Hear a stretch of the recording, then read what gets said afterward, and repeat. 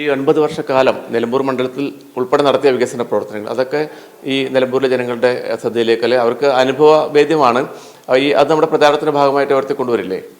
തീർച്ചയായിട്ടും. ഇപ്പോൾ നിലമ്പൂരിൻ്റെ പ്രത്യേകത പറഞ്ഞാൽ വലിയ സാധ്യതകളില്ല. ടൂറിസമായിട്ട് ബന്ധപ്പെടുത്തിയിട്ട് നിലമ്പൂർ ഒരു ഡെസ്റ്റിനേഷനാണ്.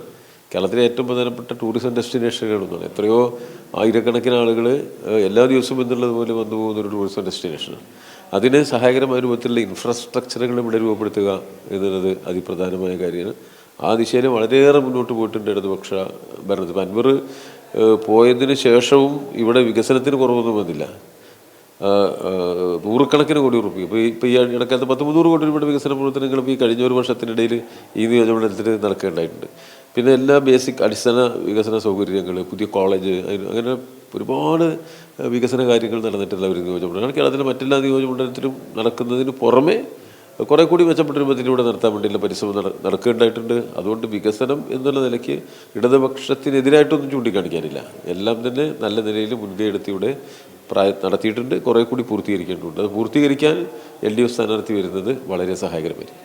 മറ്റൊരു പ്രധാനപ്പെട്ട കാര്യം ഇപ്പോൾ UDF നേതാക്കളൊക്കെ പറയുന്ന ഒരു കാര്യം എന്നുള്ളത് വെച്ചാൽ സാധാരണ LDF ആണ് ആദ്യം തന്നെ സ്ഥാനാർത്ഥിയെ തീരുമാനിക്കുക. പക്ഷേ ഇതിപ്പോൾ UDF സ്ഥാനാർത്ഥി വന്നു, ഒരാഴ്ച കഴിഞ്ഞിട്ടും LDFൻ്റെ സ്ഥാനാർത്ഥി ആയിട്ടില്ല എന്നുള്ളൊരു വിമർശനം UDF നേതാക്കൾ ഉന്നയിക്കുന്നുണ്ട്. അത് അവർക്കിടയിലെ പ്രശ്നങ്ങൾ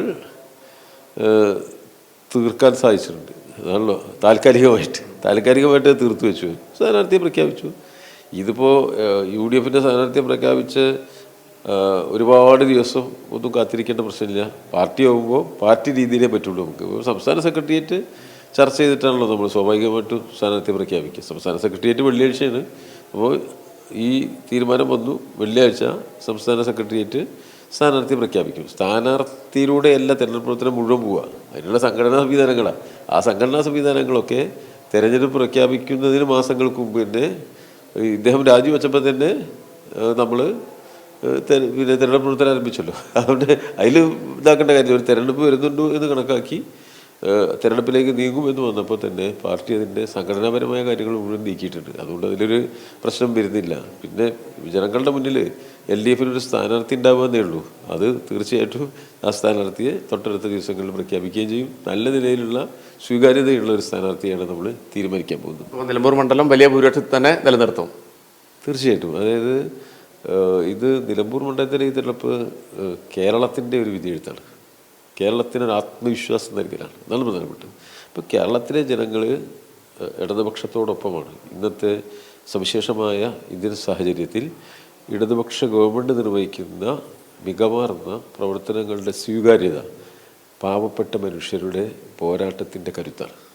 അങ്ങനെയാണ് ഇന്ത്യയിലെ ജനങ്ങൾ ഈ ഇടതുപക്ഷ ഗവൺമെൻറ്റിനെ കാണുന്നത്. ഇടതുപക്ഷക്കാർ മാത്രമല്ല, ഉൽപ്പതിഷ്ണുക്കളായ മുഴുവൻ ആളുകളും, അധ്വാനിക്കുന്ന സാധാരണ മനുഷ്യനും ഈ ഗവൺമെൻറ്റിനെ വലിയ മികവാർന്ന തരത്തിൽ പ്രതീക്ഷയോടുകൂടി കാണുകയാണ്. ഇത്തരമൊരു ഗവൺമെൻറ് ഇല്ലാതാകുന്നൊരു ഇന്ത്യ എന്ന് പറഞ്ഞാൽ പൂർണ്ണമായി വലതുപക്ഷവൽക്കരിക്കപ്പെട്ട ഇന്ത്യയാണ്. ഇന്ത്യയുടെ വലതുപക്ഷവൽക്കരണത്തിൻ്റെ മുന്നിലെ തടസ്സമാണ് ഈ ഇടതുപക്ഷം, അതിന് പ്രതിരോധമാണ് ഈ ഇടതുപക്ഷ ഗവൺമെൻറ്. അതില്ലാതാവുക എന്നത് ഒരു ഡാർക്ക് ഏജിലേക്ക്, ഒരു ഇരുട്ടിലേക്കുള്ള ഇന്ത്യയുടെ വേഗതയേറിയ സഞ്ചാരമാണ്. അത് തിരിച്ചറിയാനുള്ള കരുത്താണ് കേരളത്തിൻ്റെ ഏറ്റവും വലിയ ആത്മവിശ്വാസം. അതാണ് നിലമ്പൂർ തെളിയിക്കാൻ പോകുന്നത്. കാരണം നിലമ്പൂരിന് മറ്റൊരു പശ്ചാത്തലം കൂടിയുണ്ട്.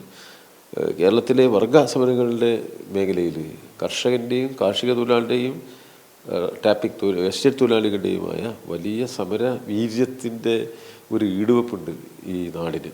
അതിൻ്റെ കരുത്തിലാണ് ഈ നാടിൻ്റെ ശ്രേയസ്സാർന്ന രാഷ്ട്രീയ അടിത്തറ. സ്വാഭാവികമായിട്ടും നിലമ്പൂർ അതിൻ്റെ മഹാപൈതൃകത്തിൻ്റെ ഏറ്റവും വലിയ ഒരു പ്രതിഫലനം ഈ തെരഞ്ഞെടുപ്പിൽ പ്രകടിപ്പിക്കും. കുഞ്ഞാലിയുടെ നാടാണ്. കുഞ്ഞാലി എന്നൊക്കെ പറഞ്ഞാൽ നമ്മുടെ ഈ കമ്മ്യൂണിസ്റ്റ് പാർട്ടിയുടെ ചരിത്രത്തിലെ വളരെ വലിയ പോരാളികളിൽ ഒരാളാണ്. MLA ആയിരിക്കെ വെടിയേറ്റ് മരിച്ച ഒരാൾ എന്നുള്ളത് ഒറ്റാളേ ഉള്ളൂ കേരളത്തിൽ. അത് സഹ കുഞ്ഞാലിയാണ്. അപ്പോൾ ആ കുഞ്ഞാലിയുടെ വലിയൊരു പൈതൃകമുള്ളൊരു സ്ഥലമാണിത്. അതുകൊണ്ട് ഇവിടെ നിന്ന് തന്നെയാണ് ഏറ്റവും ശരിയായ ഒരു രാഷ്ട്രീയ ഉത്തരം രൂപപ്പെടാൻ പോകുന്നത്. ആ രാഷ്ട്രീയ ഉത്തരം കഴിഞ്ഞ കാലത്തേക്കാൾ മികച്ചതാവുക എന്ന് ഉറപ്പാക്കാനാണ് CPIM അതിൻ്റെ പ്രവർത്തനം.